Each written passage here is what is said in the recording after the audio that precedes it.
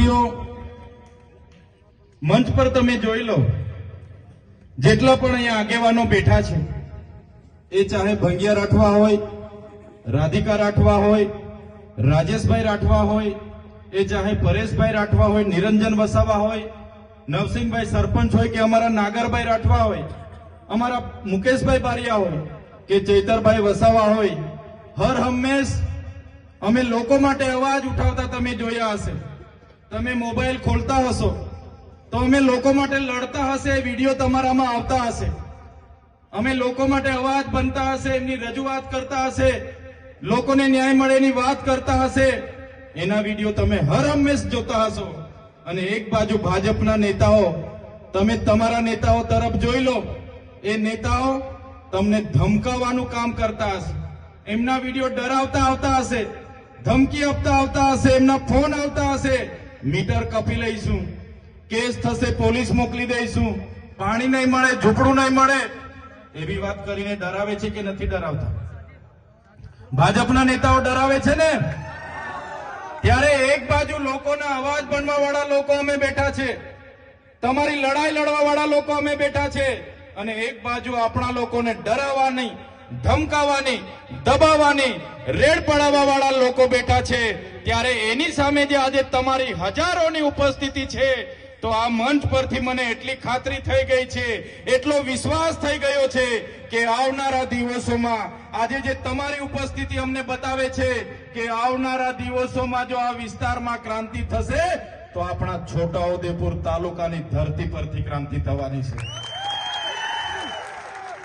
2 દિવસ પહેલા અહીંયા કેબિનેટ મંત્રી આવ્યા હતા ને, એમના સાંસદ, એમના મંત્રી, એમના માજી મંત્રી, બધા જ લોકો આવ્યા અને એમણે એમના સરકારે લોકો માટે શું કર્યું એની વાત નહીં કરી. 30 વર્ષના શાસનમાં શિક્ષણમાં શું કર્યું, આરોગ્ય માટે દવાખાનામાં ડોક્ટરો, સાધનો શું કર્યા, કેટલા લોકોને સિંચાઈના બોર કરી આપ્યા, કેટલા ગામોમાં રસ્તા બાકી છે, કેટલા ગામોમાં આંગણવાડી કેમ બાકી છે, શાળાઓ કેમ બનતી નથી, યુવાનોને રોજગારી કેમ મળતી નથી, મનરેગામાં બચુભાઈ ખાબડના દીકરાએ કઈ રીતના કૌભાંડ કર્યું, નળમાંથી પાણી કેમ આવતું નથી, એની એક પણ નેતાએ વાત કરી નથી. બધા જ નેતાઓએ કીધું કે બહારના લોકો અહીંયા આવે છે, અમારા લોકોને ગેરમાર્ગે દોરે છે અને જતા રહે છે. ભાઈ, તમે ગેરમાર્ગે દોરાઈને અહીંયા આવ્યા છો? બધા ગેરમાર્ગે દોરાઈને અહીંયા આવ્યા છો? તો આ નેતાઓ તમે જોઈ લો. ભાઈ, તમે 30 વર્ષમાં તમારી સરકારમાં શું કર્યું? કવાંટમાં કેમ તમે તુરખેડામાં આજ દિન સુધી રસ્તો નથી બનાવ્યો? આજે કવાંટના કેટલાય ગામોમાં આંગણવાડી નથી બનાવી. આજે કેટલાય ગામોના બાળકો શાળામાં ભણે છે પણ ઓરડાઓ નથી. એની વાત કેમ નથી કરતા? આજે ભાજપના નેતાઓ 10 વર્ષ પહેલા ફટફટિયા પર ફરતા હતા કે નહોતા ફરતા? ફટફટિયા પર ફરતા હતા ને. બધાને આજે 4 વ્હીલો થઈ ગઈ, 2-3 જગ્યાએ બંગલા થઈ ગયા, પણ આપણા બાળકો માટે આંગણવાડી થઈ નથી. આપણા બાળકો ભણવા માંગે છે, એમના સાંસદના પંપ થઈ ગયા.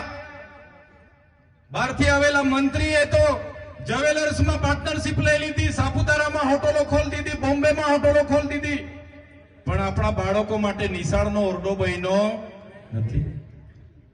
ત્યારે આદિવાસી બજેટમાંથી કરોડો રૂપિયા કમાઈને બેઠેલા, કરોડો રૂપિયા ખાઈને બેઠેલા, તાજા માજા થયેલા નેતાઓ અહીંયા આવે છે અને ચૈતર વસાવા આમ કરે, તેમ કરે, ફલાણું કરે, ઢીકણું કરે. અમે એમને કહેવા માંગીએ છીએ, જો તમે આધા ડુંગરનો પ્રોજેક્ટ આજે ને આજે રદ કરાવી દો, લેખિતમાં અમને આપી દો, તમે કવાંટની તમામ આંગણવાડીઓ બનાવી દો, તમે 28 ગામને જે પ્રોજેક્ટ એમઓયુ એનટીપીસી સાથે થયું છે રદ કરાવી આપો, તમે આ વિસ્તારમાં રોજગાર આપી દો, તમે નર્મદાનું પાણી અહીંયા આપી દો, તમે રામી ડેમના વિસ્થાપિતોને વળતર નથી વળતર આપી દો, તમે હાપેશ્વરમાંથી અમારા લોકોને પાણી આપી દો. તે દિવસે ચૈતર વસાવા તમારા બધા જ નેતાઓના જાહેર મંચ પરથી વખાણ કરવા પર તૈયાર છે. તમારે કંઈ કરવું જ નથી અને અમે આવીને અમારા લોકોને ન્યાયની વાત કરી એટલે તમે ચૈતર વસાવા આમ છે તેમ છે ફલાણું છે ઢીકણું છે કરો છો. સાથીઓ, આ લોકોની હકીકત શું છે તમને ખબર નહીં હશે. અત્યાર સુધી આ લોકોએ 5 વર્ષ ધારાસભ્યમાં કોંગ્રેસ વાળાને મોકો આપે, 5 વર્ષ ભાજપ વાળો રાજ કરે, 5 વર્ષ તાલુકાનો પ્રમુખ કોંગ્રેસનો બને, 5 વર્ષ ભાજપનો બને. આવી રીતના આઝાદીના 78 વર્ષ સુધી આપણા લોકોનો ઉપયોગ કર્યો છે. હવે અમારા જેવા લોકો આવ્યા અને અમારા જેવા લોકોએ હિસાબ માંગ્યો કે ભાઈ તમે મનરેગામાં આટલું મોટું કૌભાંડ કેમ કર્યું, ભાઈ તમે નલ સે જલમાં કૌભાંડ કેમ કર્યું, ભાઈ તમે કોને પૂછીને આંબા ડુંગરમાં 28 ગામોને વિસ્થાપિત કરવાનો પ્રોજેક્ટ લાવ્યા છો, ભાઈ તમે કેમ હાઇડ્રો પ્રોજેક્ટ લાવ્યા છો, ભાઈ તમે અહીંયા પુલ કેમ નથી બનાવતા પાવી જેતપુરનો, ભાઈ તમે તુરખેડાની બહેનો માટે રોડ કેમ નથી બનાવતા, ભાઈ તમે અહીંયા દવાખાનામાં ડોક્ટરો કેમ નથી મૂકતા. એમ કરીને અમે આવીને સરકારમાં રજૂઆત કરીએ એટલે આ લોકોને ગમતું નથી. એ લોકોને એવું છે કે ભાઈ આપણે તો મામા ભાણિયા બનીને રાજ કરતા હતા, હવે ત્રીજો મોરચો આવી ગયો છે. થયું કે નહીં થયું? એ લોકોને અત્યાર સુધી મામા ભાણિયાએ કીધું કે ગુજરાતમાં ત્રીજો મોરચો નથી ચાલવાનો, ત્રીજી પક્ષ નથી ચાલવાનો, એવો પ્રચાર હતો ને આ લોકોનો. ત્રીજો મોરચો ચાલવાની વાત તો દૂર, આ ત્રીજો મોરચો દોડવા લાગ્યો છે કૌમાટમાં. આજે આખા બજારમાં દોડી ફરે છે. આજે ત્રીજો પક્ષ આખા ગુજરાતમાં દોડે છે.